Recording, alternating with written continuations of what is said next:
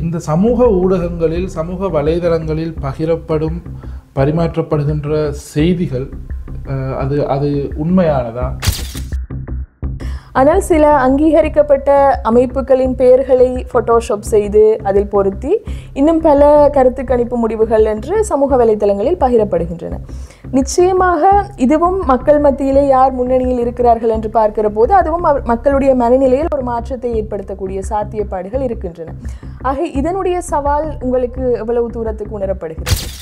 அந்த கட்சிகள் வெற்றி பெறும் என கூறப்படும் கட்சிகளின் உறுப்பினர்களால் கூட அது பகிரப்படுகின்றது. அதையும் தாண்டி சில பிரதான ஊடகங்கள் அதை செய்தியாக்கி இருக்கின்றன. ஆனால் இதன் உண்மைத்தன்மை ஆராயப்படவில்லை. சிந்திக்கக்கூடிய சமூக கட்டமைப்பை உருவாக்குவதற்காக போலிகளை நாம் அடையாளம் கண்டு அதன் உண்மைத்தன்மைகளை வெளிப்படுத்தி மக்களை தெளிவுபடுத்தும். இந்த சமூக வலைத்தளங்களுக்கு முன்னரான யுகம், அதற்கு பின்னரான யுகம் என்று இருவகைப்படுத்த முடியும். மெயின் ஸ்ட்ரீம் மீடியாவை பார்க்கிறவர்களை விட சமூக வலைத்தளங்கள் மூலமாக செய்திகளை அறிந்து கொள்கிறவர்களின் தொகை உயர்வடைந்திருக்கிறது. ஆக இது உங்களுடைய பணிக்கு எவ்வளவு தூரம் சவாலானதாக மாறி இருக்கிறது? நாங்கள் போலிகளை அடையாளம் கண்டு அதை நம்ப வேண்டாம் என்று சொல்லுவதும் இந்த சமூக ஊடகங்களின் ஊடாகத்தான். ஆகவே சவால் என்றதை தாண்டி வெற்றியாகவும் அதில் இருக்கின்றது, இல்லை என்றல்ல. இவை திட்டமிட்டு ஒரு குழுவினரால் ஒரு தரப்பை வெற்றியடைய செய்யும் நோக்கிலோ இல்லாட்டி ஒரு தரப்புக்கு சாதகமாக அமையும் நோக்கில் திட்டமிட்டு பகிரப்படுவதாக கருதுகிறீர்களா, அல்லது உண்மையிலேயே அது அவர்களுடைய அறியாமையின் வெளிப்பாடு காரணமாக இத்தகைய போலி செய்திகள் பகிரப்படுகின்றனவா? 2019 ஆண்டு ஜனாதிபதி தேர்தலில் கருக்கலைப்பு மாத்திரைகள், அறுவை சிகிச்சை முறைகள் அப்படி இப்படின்லாம் நிறைய இதுகளை போட்டு மக்கள் உடனடியாக ரியாக்ட் பண்ணாங்க. உணர்ச்சியை தூண்டுகிறது. மக்கள் சிந்திக்க முன்னரையே அவர்கள் பொங்கி விடுவார்கள். உண்மை தெரிய வரும்போது இந்த இன்றைய இலங்கையின் அரசியல் சூழ்நிலைகள் அந்த மாதிரி தான் இருக்கின்றது. உண்மைகள் தெரிய வரும்போது நாட்டை விட்டு ஓடி செல்ல வேண்டிய நிலைமைகள்.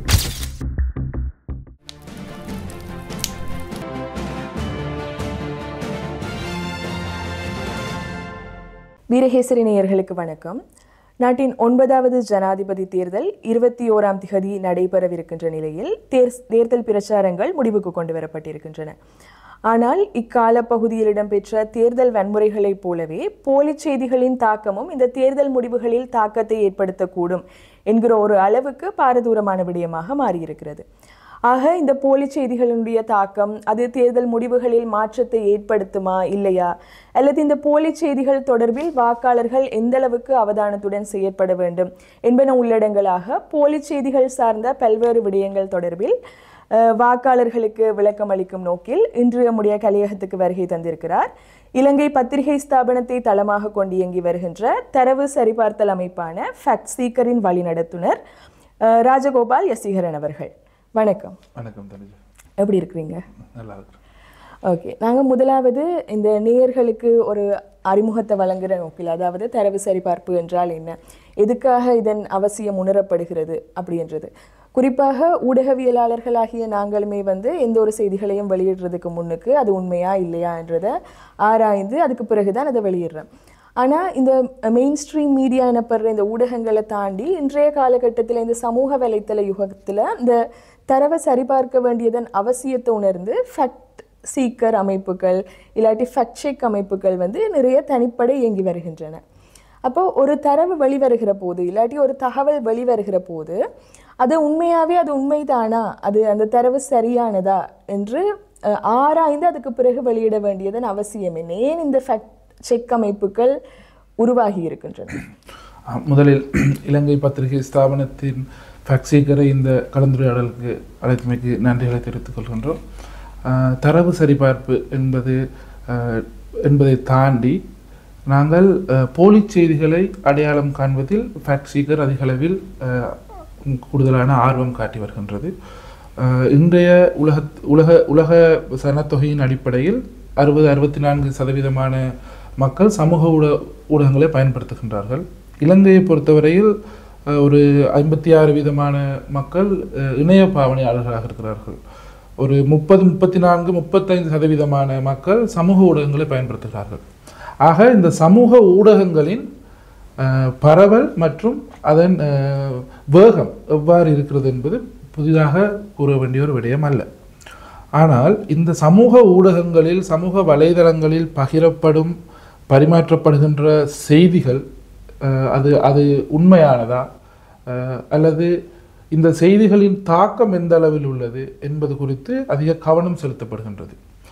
நீங்கள் கடந்த ஆண்டு எக்கனாமிக்கல் ஃபோரம் அவர்களது அறிக்கையை நீங்கள் பார்த்தீர்கள் என்றால் ஐரோப்பியாவில்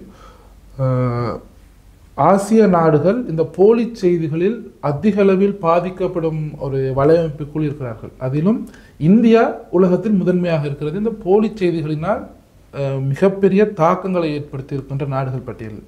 இந்தியா முதலிடம் என்றால் இலங்கையை பற்றி நாங்கள் சிந்திக்க வேண்டிய ஒரு தேவை இருக்கின்றது அண்மைய நாடு என்பதில். அத்தோடு இந்த 2024-25 ஆகிய காலகட்டங்கள் உலக அளவில் தேர்தல் காலகட்டங்களாக பார்க்கப்படுகின்றது. இது ஒரு சூப்பர் எலெக்ஷன் இயர்ஸ் என்று சொல்லக்கூடிய அளவில் அடையாளப்படுத்தப்பட்டிருக்கின்றது. இந்த தேர்தல் காலங்களிலும் இந்த போலி செய்திகளின் தாக்கம் என்பது அதிகம். நீங்கள் முதல் கூறியதை போன்று இந்த ஃபேக்ட் செக் என்ற இந்த விடயத்தை நாங்கள் இரண்டாக பார்க்கலாம். ஒன்று இன்ஹவுஸ் ஃபேக்ட் செக்கிங்னு சொல்லுவோம். அதாவது நீங்கள் குறிப்பிட்டது போன்று பிரதான ஊடகங்கள், அங்கீகரிக்கப்பட்ட ஊடக நிறுவனங்கள் மூலமாக தரவுகள் சரிபார்க்கப்பட்டு அன்றாடம் வெளியிடப்படும் செய்திகள். ஒரு செய்தியை நீங்கள் சேகரித்து அதன் தரவுகளை சரிபார்த்து அடுத்த நாள் பத்திரிகைகளிலோ அல்லது இணைய ஊடகங்களிலோ டிஜிட்டல் மீடியாவில் நீங்கள் பிரசுரிக்கிற விடயங்கள். இன்னொன்று தேர்ட் பார்ட்டி ஃபேக்ட் செக்கிங்னு சொல்லுவோம். அதுதான் எங்களை மாதிரி இந்த சுயாதீன ஊடகங்கள், சுயாதீன அமைப்புகள், இண்டிபெண்டன்ட் ஆர்கனைசேஷன்ஸ் செய்கிற இந்த ஃபேக்ட் செக்கிங். இது சமூக வலைதளங்கள் மற்றும் பிரதான ஊடகங்களிலும் சில செய்திகளை நாங்கள் அடையாளம் கண்டு, அதே மாதிரி அரசியல் ஏனைய சகல விடயங்களையும் கருத்தில் கொண்டு இவற்றில் பரப்பப்படும் போலி செய்திகள் சமூக ஊடகங்களின் வாயிலாக எவ்வாறு மக்களை விரைவாக சென்றடைகின்றது என்ற இடத்தை தான் நாங்கள் அதுதான் இந்த ஆர்கனைசேஷன் செய்யக்கூடிய பிரதானமான பணி. இதில் இப்போ போலி செய்திகள் அப்படின்னு நாங்கள் பேசும்போது அப்போ உண்மை என்ன என்ற கேள்வி தான் எடுத்து வருகிறது. ஆகவே இந்த உண்மை சரிபார்ப்பு என்றது தான் இந்த ஐடியாலஜின்ற முக்கியமான ஒரு இது. நாங்கள் பகிரப்படும் செய்தியின் உண்மை என்ன, அல்லது பகிரப்படும் ஒரு புகைப்படத்தின் காணொளியின் உண்மைத்தன்மை என்ன, இது தெரிவுபடுத்தப்பட்டதா அல்லது இது வேறு நவீன தொழில்நுட்பங்கள் மூலம் தயாரிக்கப்பட்டதா என்ற விடயங்களை ஆராய்ந்து அவற்றை நாங்கள் சமூக பொதுமக்களிடமே நாங்கள் தெரிவிக்கின்றோம். இதை நம்பாதீர்கள், இல்லை இது போலியானது என்றது. இதன் தாக்கங்களும் மிக மோசமானது. ஆகவே இந்த ஃபேக்ட் செக் என்பது இந்த மாதிரி உண்மைகளை சரிபார்த்து மக்களுக்கு தெளிவை ஊட்டுவதில் மிக முக்கியமான ஒன்றாகவும் அதை இலங்கை பத்திரிகை ஸ்தாபனத்தின் ஃபேக்ட் சீக்கர் துரிதமாக செய்து வருகின்றது. ஆக நீங்கள் உங்களுடைய பதிலில் கூறியிருந்தீர்கள் இது ஒரு சூப்பர் எலெக்ஷன் ஆண்டாக அறியப்படுகிறது என்று. ஆக இலங்கையிலும் ஜனாதிபதி தேர்தல் அறிவிக்கப்பட்டிருக்கிறது. இன்னும் சில தினங்களில் ஜனாதிபதி தேர்தல் நடக்கப் போகிறது. ஆக இக்கால பகுதியில் ஃபேக்ட் சீக்கராகிய உங்களுடைய அமைப்பு இந்த தேர்தல் சார்ந்து வெளிவரக்கூடிய போலி செய்திகளை அடையாளம் கண்டு அது உண்மையா இல்லையா என்று சரிபார்த்து அதனை மக்களுக்கு வெளியிடுகின்ற ஒரு பணியை செய்து வருகிறது விசேடமாக. ஆக உண்மையில் நீங்கள் இந்த தேர்தல் காலத்தில் செய்யக்கூடிய போலி செய்திகளின் தரவு சரிபார்ப்பு என்பது என்ன? நீங்கள் இந்த காலப்பகுதியில் உண்மையில் என்ன செய்கிறீர்கள்? தேர்தல் காலத்தில் நாங்கள் ஃபேக்ட் செக் செய்வது என்பது தேர்தலை அடிப்படையாக வைத்து பகிரப்படும் போலி செய்திகளை அடையாளம் காண்பது.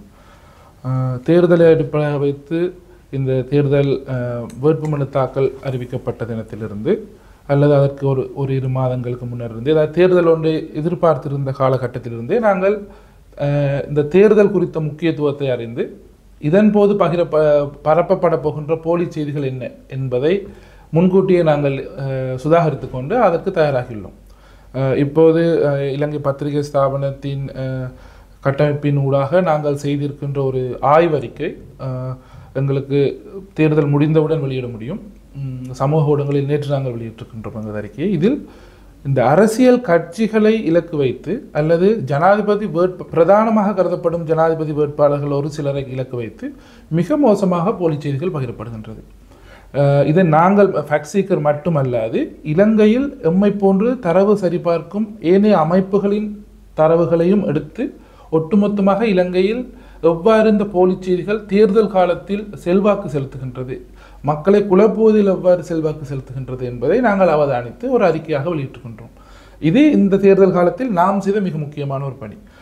இதற்கு மேலதிகமாக அன்றாடம் இந்த தேர்தல்கள் குறித்து வெளிவரும் போலி செய்திகள், போலி காணொளிகள், புகைப்படங்கள் என்பவற்றை அடையாளம் கண்டு அவற்றை தரவு சரிபார்த்து எமது ஊடகங்களின் எமது இணையதளத்தின் ஊடாகவும் சமூக வலைதள பக்கங்களின் ஊடாகவும் அதே போன்று உங்களை போன்ற பிரதான ஊடகங்களின் ஊடாகவும் மக்களை தெளிவுபடுத்தி வருகின்றோம். ஆக நீங்கள் கூறியிருந்தீர்கள் இந்த தேர்தல் காலத்தில் பிரதான வேட்பாளர்களை இலக்கு வைத்து மிக கடுமையான போலி செய்திகள் பகிரப்பட்டதாக கூறியிருந்தீர்கள். ஆக இந்த தேர்தல் கால தரவு சரிபார்த்தலில் நீங்கள் ஈடுபட்ட போது உங்களுக்கு அந்த தரவு கிடைக்கப்பெற்ற தரவுகளின் அடிப்படையில் பார்க்கிற போது தேர்தல் காலத்தில் போலி செய்திகளினுடைய தாக்கம் என்பது எவ்வளவு தூரத்துக்கு இருக்கிறது, அது இந்த தேர்தல் முடிவுகளில் எவ்வளவு தூரம் சவாலானதாக மாறியிருக்கிறது? நிச்சயமாக இது எல்லா வேட்பாளர்களுக்குமே ஒரு சவாலான விடயம் தான். அதாவது ஒரு தரப்பு சார்ந்த ஒரு போலி செய்தி பகிரப்படும் போது நிச்சயமாக அந்த வேட்பாளருக்கு அது ஒரு மிகப்பெரிய தாக்கத்தை ஏற்படுத்தும். உதாரணமாக ஒரு சில வேட்பாளர்கள் அண்மையில் 2 நாட்களுக்கு முன்னர் கிழக்கு மாகாணத்தில் நடைபெற்ற ஒரு கூட்டத்தின் போது திடீரென அந்த கூட்டம் நிறுத்தப்பட்டது. உடனே அங்கிருந்தவர்கள் தொலைபேசியில் வீடியோக்களை பதிவு செய்து சமூக வலைதளங்களில் பகிர ஆரம்பித்து விட்டார்கள். குறித்த ஒரு வேட்பாளர் அவருக்கு எதிராக கற்களால் தாக்குகிறார்கள், இவர்களது கூட்டங்கள் மிக பலவீனமாக இருக்கின்றது என்ற விதத்தில் எல்லாம் கூறி சமூக வலைதளங்களில் பகிரப்படுகின்றது. ஆகவே இது அவ்வாறு பகிரப்படும் அந்த காணொளி கிட்டத்தட்ட ஒரு 1000-2000 பேர் அதுக்கும் அதிகமாக அதை ஒரு குறிப்பிட்ட நேரத்துக்குள் பார்வையிடுகின்றார்கள், 1000த்துக்கு அதிகமாக பகிர்கிறார்கள். ஆகவே இது ஒரு மக்களை மிகவும் மோசமாக ஏமாற்றும் ஒரு செயல். அது மட்டுமல்ல, சில நேரங்களில் தேர்தல் வேட்பு மனுக்கள் சார்ந்து போலியாக தயாரிக்கப்படுகின்ற புகைப்படங்கள் சமூக வலைதளங்களில் நாங்கள் பார்க்கின்றோம். இது ஒரு உதாரணமாக கூறுவதென்றால், ஒரு வேட்பாளரின் சின்னத்தையும் அவரது வேட்புமனு அந்த படத்தையும் தயாரித்து 3 வாக்குகளையும் இவருக்கே போடுங்கள் என்று சொல்லி ஒரு புகைப்படம் பகிரப்படுகின்றது, வேகமாக சமூக வலைதளங்களில் பகிரப்படுகின்றது. அவ்வாறு வாக்களித்தால் அந்த வேட்பாளருக்கு 1 வாக்கு கூட பெற முடியாது. ஆகவே இதை நம்பி வாக்களிக்கக்கூடிய நபர்கள் இருக்கிறார்கள். இன்னமும் தேர்தல் வாக்குச்சீட்டில் எவ்வாறு வாக்களிப்பது என்ற முறை தெரியாத மக்கள் இருக்கிறார்கள். ஆகவே இவ்வாறான போலியாக பகிரப்படும் செய்திகள், தகவல்கள் நிச்சயமாக ஒரு குறிப்பிட்ட அளவு மக்களுக்கு அது தாக்கத்தை செலுத்தும். அது அந்த வேட்பாளரை ஆதரிக்கும் மக்கள் கூட்டம் அதை அவ்வாறு நம்பி செயற்படுகின்ற போது நிச்சயமாக அது வேட்பாளருக்கு ஒரு தாக்கத்தை ஏற்படுத்தும். இவ்வாறு நாங்கள் கண்காணித்த இந்த 1 மாத காலத்தில் மிக மோசமாக, அதாவது ஒரு சில வேட்பாளர்களுக்கு எதிராக 40-45% போலி செய்திகள் பகிரப்படுகின்றன. ஆகவே இது ஒரு மிக முக்கியமான தாக்கம் இந்த தேர்தலில். நீங்கள் கூறுகிற போது நினைவுக்கு வருகிறது இந்த வாக்களிக்கும் முறை தொடர்பாக பகிரப்பட்ட போலி செய்தி. அதே போன்று இன்னும் ஒரு வகை இருந்தது, இந்த தேர்தல் அதாவது யார் முன்னிலையில் இருக்கிறார்கள் என்கிற கருத்து கணிப்புகள். அண்மையில் நீங்கள் கூட ஃபேக்ட் சீக்கர் ஒரு கருத்து கணிப்பு என்று வெளியிடப்பட்ட ஒன்றை தரவு சரிபார்த்து அது போலியானது என்று இன்வெஸ்டிகேட்டிவ் ஸ்டோரி மூலமாக அறிக்கைப்படுத்தி இருந்தது. ஆக இந்த கருத்து கணிப்புகள் தேர்தல் அறிவிக்கப்பட்டதிலிருந்து யார் முன்னணியில் இருக்கிறார்கள் என்று சில அங்கீகரிக்கப்பட்ட அமைப்புகளும் செய்கின்றன இது போன்ற கருத்து கணிப்புகளை. ஆனால் சில அங்கீகரிக்கப்பட்ட அமைப்புகளின் பெயர்களை போட்டோஷாப் செய்து அதில் பொருத்தி இன்னும் பல கருத்து கணிப்பு முடிவுகள் என்று சமூக வலைதளங்களில் பகிரப்படுகின்றன. நிச்சயமாக இதுவும் மக்கள் மத்தியிலே யார் முன்னணியில் இருக்கிறார்கள் என்று பார்க்கிற போது அதுவும் மக்களுடைய மனநிலையில் ஒரு மாற்றத்தை ஏற்படுத்தக்கூடிய சாத்தியப்பாடுகள் இருக்கின்றன. ஆக இதனுடைய சவால் உங்களுக்கு எவ்வளவு தூரத்துக்கு உணரப்படுகிறது? கருத்து கணிப்புகள் இந்த தேர்தல் காலங்களில் ஆரம்பத்திலிருந்தே ஒவ்வொரு நிறுவனங்களும் ஊடகங்களும் கூட அதை செய்கின்றார்கள். அது எந்த அளவுக்கு மக்களை சரியாக வழிநடத்தும் என்பது குறித்து தனிப்பட்ட முறையில் எனக்கு கேள்வி இருக்கின்றது. இந்த விடயத்தை பொறுத்தவரையில் இது இந்தியாவையும் அமெரிக்கா, பிரித்தானியா போன்ற நாடுகளை தளமாக கொண்ட ஒரு பிரபலமான ஒரு அனலைசிங் ஆர்கனைசேஷனை அடையாளப்படுத்தி இந்த மாதிரியான ஒரு கருத்து கணிப்பை அவர்கள் வெளியிட்டிருந்தார்கள். அது அரசியல்வாதிகளால் கூட அது பகிரப்பட்டிருக்கின்றது. அந்த கட்சிகள் வெற்றி பெறும் என கூறப்படும் கட்சிகளின் உறுப்பினர்களால் கூட அது பகிரப்படுகின்றது. அதையும் தாண்டி சில பிரதான ஊடகங்கள் அதை செய்தியாக்கி இருக்கின்றன. ஆனால் இதன் உண்மைத்தன்மை ஆராயப்படவில்லை. இவ்வாறான செய்திகளே ஊடகங்கள் மக்கள் மத்தியில் வழங்குவதற்கான தேவை என்ன? அந்த ஒரு கேள்வி இருக்கின்றது. அது ஊடகங்கள் தான் பதில் சொல்ல வேண்டும். ஊடகங்களில் வெளிவரும் அனைத்து செய்திகள் மீதும் மக்கள் நம்பிக்கை வைத்திருக்கிறார்களா? மக்கள் நம்பக்கூடிய வகையில் ஊடகங்கள் அனைத்து செய்திகளையும் வெளியிடுகின்றன என்ற ஒரு கேள்வி இருக்கின்றது. இந்த கருத்து கணிப்புகளை பொறுத்தவரையில் இவற்றை தரவு சரிபார்க்க வேண்டும் என்றால் நிச்சயமாக தேர்தலை தான் நடத்தியாக வேண்டும். தேர்தல் முடிவுகளை வைத்து தான் இவர்கள் செய்தது சரி, இவர்கள் செய்தது பிழை தரவு சரிபார்க்க முடியும். அதை நாங்கள் ஃபேக்ட் செக் செய்ய முடியும். ஆகவே இது எங்களுக்கும் சவாலான ஒரு விடயம்தான், இல்லை என்றல்ல. ஆனால் இவ்வாறு வெளியிடப்படும் தரவுகள் உண்மையிலேயே அந்தந்த நிறுவனங்களால் முன்னெடுக்கப்பட்டனவா என்பது குறித்து நாங்கள் ஆராய்ந்து பார்த்தோம். அவ்வாறு பார்க்கும் பொழுது இது போலியாக தயாரிக்கப்பட்ட ஒரு அறிக்கை. இதற்கும் இந்த நிறுவனங்களுக்கும் இந்த அமைப்புகளுக்கும் எந்த விதத்திலுமே சம்பந்தம் இல்லை என்பதை எங்களால் உறுதிப்படுத்த முடிந்தது. இவ்வாறு நிறைய இந்த ஒரு மாத காலத்தில் கிட்டத்தட்ட ஒரு 10-15 தரவுகளை நாங்கள் இவ்வாறு சரி பார்த்திருக்கின்றோம். இது நிச்சயமாக மக்கள் மத்தியில் ஒரு தாக்கத்தை செலுத்துகின்றது. அது தவிர்க்க முடியாது இருக்கின்றது. ஆகவே இதை கையாளும் நிறுவனங்கள் அல்லது கட்சிகள் முதலில் சிந்திக்க வேண்டும். அதே போன்று மக்கள் அங்கீகரிக்கப்பட்ட ஊடகங்களினூடாக இந்த செய்திகளை அறிந்து கொண்டு அல்லது தரவு சரிபார்க்கும் நிறுவனங்களை நாடி இவற்றை உறுதிப்படுத்திக் கொள்வதுதான் இப்போது இருக்கும் ஒரு மிக தெளிவான செயற்பாடாக இருக்கும் என்று நான் கருதுகிறேன். ஆனால் பொதுவாக பார்க்கிற போது நாங்கள் ஒரு சாதாரண குடிமகனுடைய மனநிலையில் இருந்து பார்க்கிற போது அனைவருமே பார்க்கிற ஒரு ஃபேஸ்புக்கிலோ ட்விட்டரிலோ எதிலோ வருகின்ற ஒரு செய்தியை பார்க்கிற போது நாங்கள் அது உண்மையா பொய்யா என்று ஆராய்வதை விடுத்து அதை நம்பி பகிர்கிற ஒரு பழக்கத்தை தான் பெரும்பாலான மக்கள் கொண்டிருக்கிறார்கள். ஆக இந்த தரவு சரிபார்த்தல், அதாவது ஒரு போலி செய்தி வருகிற போது அதனை ஆராய்ந்து ஒரு சில நாட்களுக்கு பிறகு இது போலியானது என்று வெளியிடுகிற போது அதற்குள் பல எண்ணிக்கையான மக்கள் மத்தியில் அந்த போலி செய்தி பகிரப்பட்டிருக்கும். ஆக இந்த தரவு சரிபார்த்தல் நீங்கள் இலக்கிடுகின்ற ஒரு வெற்றியை அடைந்திருப்பதாக கருதுகிறீர்களா? வெற்றி தோல்வி என்பதை தாண்டி சமூகத்தை வழிநடத்த வேண்டிய பொறுப்பு சகலருக்கும் உண்டு. அதில் ஊடகங்களின் பங்களிப்பு என்பது மிக முக்கியமானது. இதில் சமூகம் வெற்றி அடைய வேண்டும், அவ்வளவுதான். இதில் யார் வெற்றி அடைய கட்சிகளா அல்லது நாங்களா என்பதை தாண்டி ஒரு நல்ல செய்தியை சமூகத்திடம் கொடுக்க வேண்டிய பொறுப்பு எங்களிடம் இருக்கின்றது. அதை நாங்கள் தொடர்ச்சியாக செய்கின்றோம். ஒரு போலி செய்திக்கு இருக்கும் அந்தளவு அந்த ஹைப் எனக்கூடிய அந்த விடயம் உண்மையான செய்திக்கு கிடைப்பதில்லை. மக்களும் போலியை விரும்புகிறார்கள். அது அந்த காலங்களெல்லாம் அந்த போலிகளை கண்டு நம்பாதீர்கள் என்று விளம்பரங்கள் எல்லாம் போடுவோம். இன்றைக்கு ஊடகங்களே அது போட வேண்டியிருக்கின்றது. இது மக்களிடம் எப்படியாவது கொண்டு சேர்க்கப்பட வேண்டும். மக்கள் சிந்திக்கக்கூடிய சமூகம் இருந்தால் மட்டுமே நாட்டில் உள்ள அனைத்து பிரச்சனைக்குமே தீர்வு கிடைக்கும். முதலாவது சிந்திக்கக்கூடிய சமூக கட்டமைப்பு உருவாக்க வேண்டும். அந்த பணியை நாங்கள் செய்கின்றோம். சிந்திக்கக்கூடிய சமூக கட்டமைப்பை உருவாக்குவதற்காக போலிகளை நாம் அடையாளம் கண்டு அதன் உண்மைத்தன்மைகளை வெளிப்படுத்தி மக்களை தெளிவூட்டுகின்றோம். இதில் உடனடியாக வெற்றி கிடைக்கும் என்றல்ல, அது அவ்வாறு வாய்ப்பில்லை. ஆனால் ஒரு கணிசமான அளவு மாற்றத்தை உருவாக்க முடியுமாக இருந்தால் இந்த சமூக வலைதளங்களில் அவ்வாறு ஏற்படுத்தப்பட்ட அந்த மாற்றம் ஏனைய சமூக கட்டமைப்பை பாதுகாக்கும் என நாங்கள் கருதுகிறோம். ஆகவே அதற்காமே நாங்கள் தொடர்ச்சியாக இதனை நாங்கள் முன்னெடுத்து செல்வோம். ஆக நாங்கள் பொதுவாக போலி செய்திகளுடைய பரவல் என்று பார்க்கிற போது இந்த சமூக வலைத்தளங்களுக்கு முன்னரான யுகம், அதற்கு பின்னரான யுகம் என்று இருவகைப்படுத்த முடியும். உண்மையில் சமூக வலைத்தளங்கள் அறிமுகப்படுத்தப்படாத மெயின் ஸ்ட்ரீம் மீடியா, பிரதான ஊடகங்கள் மாத்திரம் இருந்த காலப்பகுதியில் இந்த போலி செய்திகளின் பரவல், அதன் மூலம் ஏற்படுகின்ற தாக்கம் என்பது ஒப்பீட்டளவில் குறைவாக இருந்தது. ஆக இப்போது இந்த அனைவரும் ஸ்மார்ட் போன் இருக்கின்ற அனைவருமே எல்லா சமூக வலைத்தளங்களிலும் இருக்கிறார்கள். மெயின் ஸ்ட்ரீம் மீடியாவை பார்க்கிறவர்களை விட சமூக வலைத்தளங்கள் மூலமாக செய்திகளை அறிந்து கொள்கிறவர்களின் தொகை உயர்வடைந்திருக்கிறது. ஆக இது உங்களுடைய பணிக்கு எவ்வளவு தூரம் சவாலானதாக மாறியிருக்கிறது? நாங்கள் இலங்கையை மாத்திரமன்றி உலகளாவிய ரீதியில் கருத்தில் கொள்கிற போது இந்த தேர்தல் வருடங்களில் இந்த சமூக வலைத்தளங்கள் போலி செய்திகளை பரப்புவதில் எவ்வளவு தூரத்துக்கு ஆதிக்கம் செலுத்துகின்றன? நிச்சயமாக அதுதான் மிகப்பெரிய ஆதிக்கம் செலுத்துகின்றது. இன்று பிரதான ஊடகங்களின் பொதுவாக ஒரு கருத்து இருக்கின்றது, பிரதான அச்சு ஊடகங்கள் தனது செல்வாக்கு இழந்து விட்டதாக. இன்றைய யுகத்தில் பிரதான இலத்திரனியல் ஊடகங்களும் தமது அந்த பீக்கிலிருந்து இறங்கிவிட்டார்கள் தான் கொள்ளலாம். இன்று பிரதான ஊடகங்கள் தமது அடையாளங்களை சமூக ஊடகங்களின் ஊடாகத்தான், சமூக வலையமைப்புகள் ஊடாகத்தான் முன்னெடுக்க வேண்டிய தேவையும் இருக்கின்றது. ஆகவே இன்றைய காலகட்டத்தில் சமூக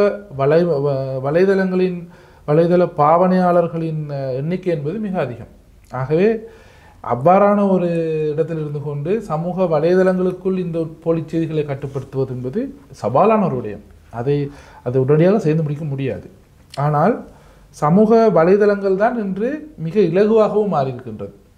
நாங்கள் போலிகளை அடையாளம் கண்டு அதை நம்ப வேண்டாம் என்று சொல்லுவதும் இந்த சமூக ஊடகங்களின் ஊடாகத்தான். ஆகவே சவால் என்றதை தாண்டி வெற்றியாகவும் அதில் இருக்கின்றது, இல்லை என்றில்லை. நாங்களும் இந்த சமூக வலைதளங்களின் ஊடாகத்தான் எமது செய்திகளை பகிர்ந்து கொண்டிருக்கின்றோம். அதற்கும் அங்கீகாரம் இருக்கின்றது.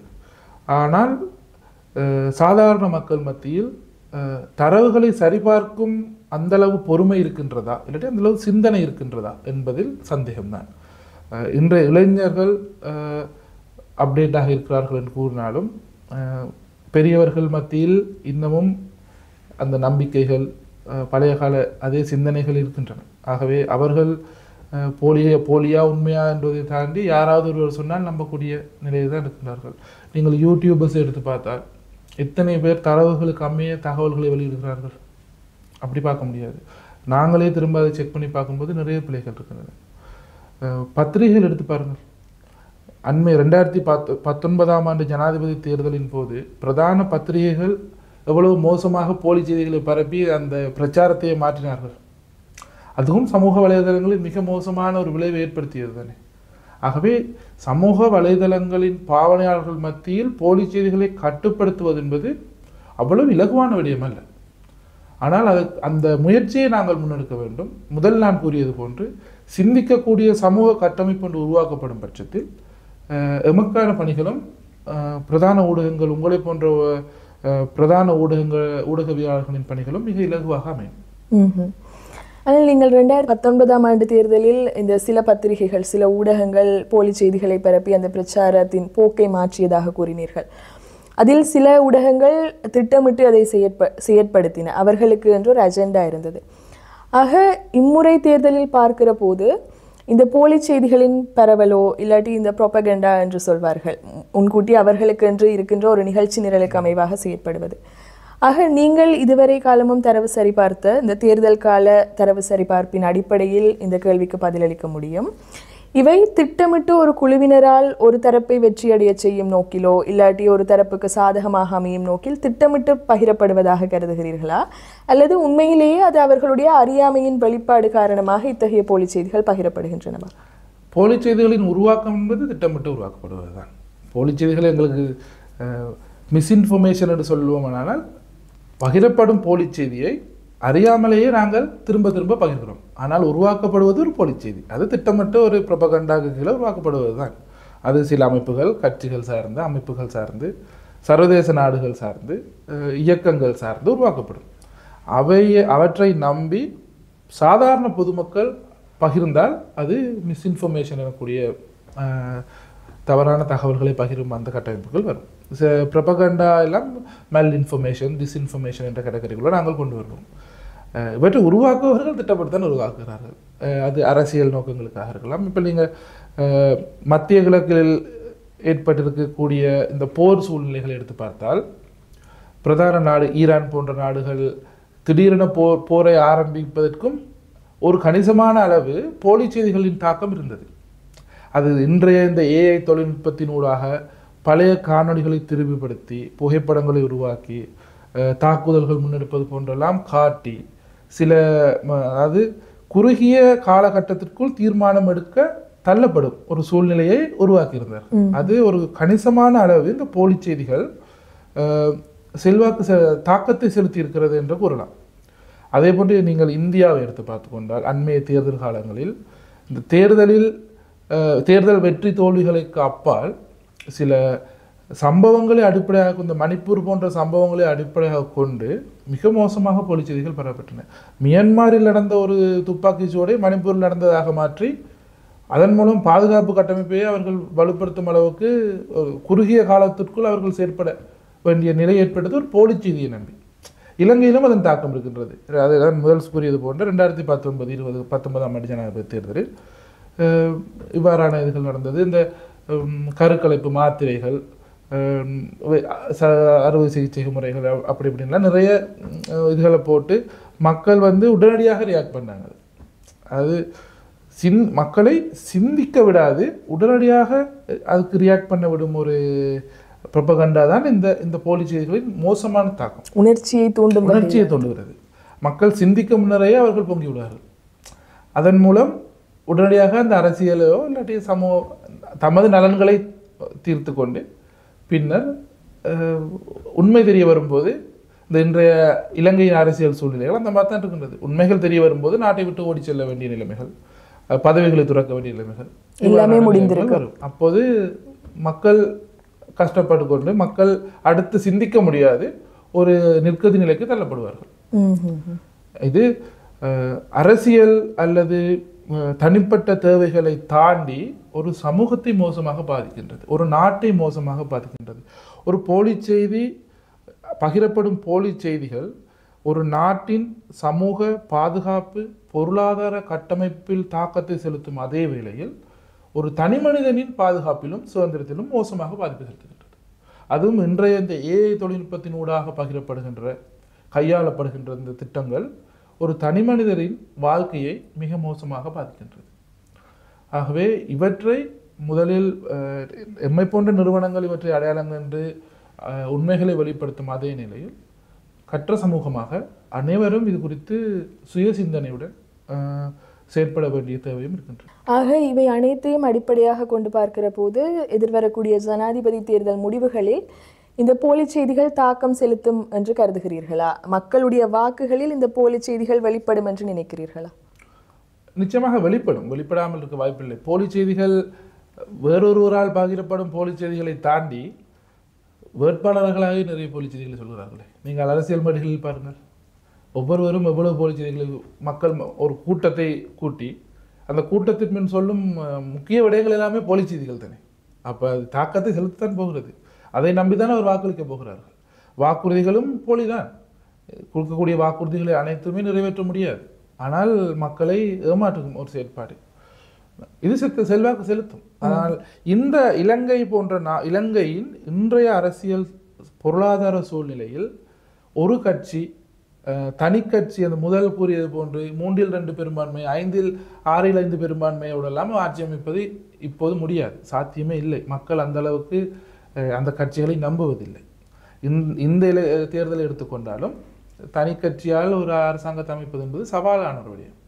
ஆக இவ்வாறான ஏதாவது ஒரு போலி செய்தியை பரப்பி அல்லது வேறு ஏதாவது பிரச்சனைகளை உருவாக்கி போலி செய்திகளின் ஊடாக பிரச்சனைகளை உருவாக்கி மக்களை திசை திருப்பும் நோக்கம் அந்த அனுபவமுள்ள அந்த அரசியல் தரப்புகள் செய்யும். ஆகவே நாங்கள் முன்கூட்டியே இதுவற்றையும் அறிவுறுத்தி மக்களை தெளிவுபட வைப்பதோடு முன்னெச்சரிக்கையாக இருக்கவும் வலியுறுத்தி மேல் நாங்கள் செய்யும் இந்த செயற்பாடுகள் நாங்கள் தரவு சரிபார்க்கும் அல்லது உண்மை செய்திகளை வெளிப்படுத்தும் இந்த எமது வலையமைப்பு எம்மால் மாத்திரமே செய்து முடிக்க முடியாது. ஆகவேதான் இலங்கை பத்திரிகை ஸ்தாபனம், நான் நினைக்கிறேன் இலங்கையில் இருக்கின்ற ஃபேக்ட் செக் ஆர்கனைசேஷன்லேயே நாங்கள் மட்டும்தான் பிரதான ஊடகங்களோடு இணைந்து செயற்படும் ஒரு தரவு சரிபார்க்கும் நிறுவனம். நாங்கள் உங்களது நியூஸ் ரூம்களுக்கு எங்களது தரவுகளை அனுப்பி அவற்றை செய்திகளாக பிரசுரிக்கின்றோம். வீரகேசரி போன்ற நிறுவனங்கள் தொடர்ச்சியாக நமக்கு அந்த ஆதரவை பெற்றுக் கொடுக்கின்றது. மக்கள் மத்தியில் செல்வாக்கு இருக்கக்கூடிய ஒரு பத்திரிகை, இன்று இணையத்திலும் மிகவும் பிரபலமான ஒரு பிராண்டாக இருக்கிறது. ஆகவே உங்களை போன்ற நிறுவனங்களுடன் நாங்கள் இணைந்து செயற்படும் போது எங்களுக்கு இந்த செயற்பாடுகள் மிக இலகுவாக இருக்கும். அதுவும் நீங்கள் கேட்டது போன்று இந்த தேர்தல் காலங்களில் நிச்சயமாக போலிச் செய்திகள் தாக்கத்தை செலுத்தும். அவற்றை கட்டுப்படுத்த நாங்கள் அனைவரும் ஒன்றிணைந்து உண்மைகளை வெளிப்படுத்துவதன் மூலம் பாரதூரமான விளைவுகளிலிருந்து மக்களை பாதுகாக்க முடியும் என்று நம்புகிறேன். ஆக இலங்கையை பொறுத்தமட்டில் இந்த ஜனாதிபதி தேர்தல் முடிந்த கையோடு அடுத்ததாக பாராளுமன்றம் கலைக்கப்பட்டால் பாராளுமன்ற தேர்தல், இல்லாவிடின் மாகாண சபை தேர்தல், உள்ளூராட்சி மன்ற தேர்தல்கள் என ஒரு வரிசை நிரலில் இருக்கிறது தேர்தல்கள். ஆக இம்முறை ஜனாதிபதி தேர்தலில் மக்கள் பல போலி செய்திகளை நம்பியிருப்பார்கள், பகிர்ந்திருப்பார்கள். அவற்றின் அடிப்படையில் தீர்மானங்களை மேற்கொண்டிருக்கக்கூடும். ஆக அந்த மக்களுக்கு விழிப்புணர்வு ஊட்ட வேண்டும், இந்த போலி செய்திகளை நம்பி வாக்களிக்காதீர்கள் என விழிப்புணர்வு ஊட்ட வேண்டும் என்றால் அவர்களை நீங்கள் எப்படி தெளிவுபடுத்துவீர்கள்? வாக்குகளை சரியாக பயன்படுத்தும். போலியான வாக்குறுதிகளை நம்பி வாக்குகளை போடுவதை தாண்டி முதலில் வாக்குகளை சரியாக போடுங்கள். ஒரு ஜனநாயக கட்டமைப்பின் அடிப்படையே இந்த வாக்குரிமை தான்.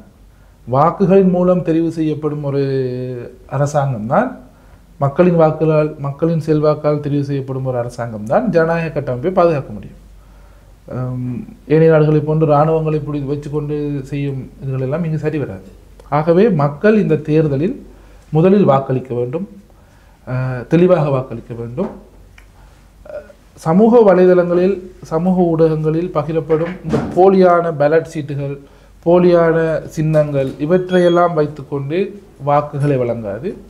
தேர்தல்கள் ஆணையம், இலங்கை தேர்தல்கள் திணைக்களம் உத்தியோகபூர்வமாக வெளியிட்டிருக்கக்கூடிய தேர்தல் முறைமைகள், விதிமுறைகள் இவற்றை பின்பற்றி வீரகேசரி போன்ற ஏனைய நிறுவனங்கள் தொடர்ச்சியாக இந்த தேர்தல் குறித்து மேற்கொள்ளப்படும் விழிப்புணர்வுகள் இவற்றையும், ஃபேக்ட் சீக்கர் போன்ற நாம் வெளிப்படுத்தும் உண்மை செய்திகள், போலியிலிருந்து எவ்வாறு விடுபடக்கூடிய விடயங்கள் இவற்றையெல்லாம் கருத்தில் கொண்டு மக்கள் தெளிவாக வாக்களிக்கும் பட்சத்தில் போலிகள் செல்வாக்கு செலுத்தாது. அதேவேளை எதிர்வருங்காலங்களில் தேர்தல் காலங்களில் மாத்திரமன்றி அவர்கள் அன்றாட வாழ்க்கையில் பல்வேறு போலி செய்திகளே கடந்து வரக்கூடும். அவை போலி செய்திகள் என்று அறியாமலே அவற்றை பகிர்ந்து அவற்றை நம்பி கடந்து வரக்கூடும். அதை அவர்கள் அடையாளம் கண்டு இது உண்மையா பொய்யா என்கிற கேள்வியை முதலில் அவர்களுக்குள் எழுப்பி பார்த்த பின்னர் அதை உறுதிப்படுத்திய பின்னர் அதை பகிர வேண்டிய ஒரு அவசிய தேவை இருக்கிறது. அது பற்றியும் அவர்களுக்கு என்ன சொல்ல விரும்புகிறீர்கள்? சமூக வலைதளங்களில் பகிரப்படும் அனைத்தையுமே நம்ப வேண்டிய அவசியம் இல்லை. சில விடயங்களை பார்க்கும் போது இது போலி என தெரிந்துவிடும், பகுத்தறிவுக்கு தெரிந்துவிடும், இது போலி, இது நடக்க வாய்ப்பில்லை கூடியது. சில விடயங்கள் எவ்வளவு தேடியாலும் கண்டுபிடிக்க முடியாது. ஆகவே இது சவாலான ஒரு விடயம்தான். ஆனால் மக்கள் ஒரு முறைக்கு இருமுறை சிந்திக்கும் பட்சத்தில் இன்றைய நவீன ஊடகங்களின் பாவனை பெரும்பான்மையான மக்களின் கைகள் இருக்கின்ற நேரத்தில் மக்கள் இதனையுமே 1-2 முறை நாங்கள் சாதாரணமாக எங்களது நலன் சார்ந்த ஒரு வேலையை செய்யும் போது நாங்கள் 1-2 முறை சிந்திக்கிறோம் தானே. ஒரு உடுப்பு எடுக்கிறதா இருந்தால் கூட நாங்கள் போனோடனே பார்த்து எடுக்கிறது இல்லை தானே, அது எங்களுக்கு பொருத்தமாக இருக்கிறதான்றது பார்க்குறோம் தானே. அதே மாதிரி தான் இந்த செய்திகளும் நாங்கள் 1-2 முறை சிந்திக்கணும். இது உண்மையாக இருக்குமா அதுன்றது சுய பரிசீலனை செய்ய வேண்டும். முதலில் மக்களுக்கு நாங்கள் அனைவரும் சொல்ல வேண்டிய ஒரு ஊடகமாக நாங்கள் அனைவரும் சொல்ல வேண்டியது, மக்களை முதல் சிந்தியுங்கள். நீங்கள் வாக்குறுதிகளை வெறும் வாய் வார்த்தைகளை நம்பியே உங்களுக்கு தீர்மானங்களை எடுக்காது. 1-2 முறை சிந்தியுங்கள். சிந்தித்து அதன் பின்னர் தீர்மானம் எடுங்கள். இன்று பிரதான ஊடகங்கள் இந்த ஃபேக்ட் செக் என்பதை மிக நேர்த்தியாக செய்கின்றன. அதோடு பிரதான ஊடகங்கள் எம்மை போன்ற சுயாதீன அமைப்புகளை நாடக்கூடிய இலகுவான வழிமுறைகள் நிறைய இருக்கின்றன. சாதாரணமாக இணையதளங்களில் பார்த்தாலும் எங்களை தொடர்பு கொள்ளக்கூடிய நிறைய வழிமுறைகள் இருக்கின்றன. அவற்றின் மூலமாக எங்களை நாட முடியும். இதன் உண்மைத்தன்மை குறித்து உறுதிப்படுத்துமாறு அல்லது பிரதான ஊடகங்களை நாடி இதன் உண்மைத்தன்மை குறித்து உறுதிப்படுத்துமாறு கோரிக்கை விட முடியும். இன்று சமூக வலைதளங்களில் பிரதான ஊடகங்கள் ஒரு பக்கத்தை வைத்து இயங்கிக் கொண்டு இருக்கின்றார்கள். அப்போ அவர்கள் எல்லாம் தொடர்பு கொள்ள முடியும். இலகுவான வழிமுறைகளை இவை கடினமான வழிமுறையாக காட்டக்கூடாது, சித்தரிக்கக்கூடாது. இவை மிக இலகுவான வழிமுறைகள். இவற்றை பின்பற்றுவதனால் ஒரு குறுகிய காலத்திற்குள் ஒரு மிகப்பெரிய மாற்றத்தை எதிர்பார்க்க முடியும் இந்த மாதிரி சவால்கள் இருந்து. ஆக இன்று இலங்கை பத்திரிகை ஸ்தாபனத்தை தளமாக கொண்டு இயங்கி வருகின்ற ஃபேக்ட் சீக்கர் அமைப்பினுடைய வழிநடத்துனர் ராஜகோபால் யசிகரன் அவர்கள் நம்மோடு இணைந்திருந்தார்.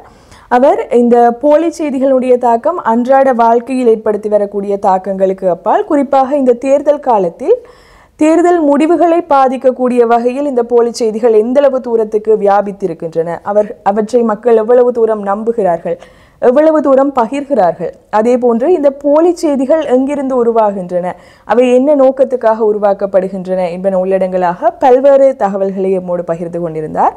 அவருக்கு நம்முடைய நன்றி. வாக்காளர்களே, உங்களுக்கு வாக்களிப்பதற்கு இன்னும் ஓரிரு தினங்கள் இருக்கின்றன. ஆக நீங்கள் இப்போது எந்த வேட்பாளருக்கு வாக்களிக்க வேண்டும் என்கின்ற தீர்மானத்தை சில வழிகளில் எடுத்திருப்பீர்கள் அல்லது இன்னும் சிந்தித்து கொண்டிருப்பீர்கள்.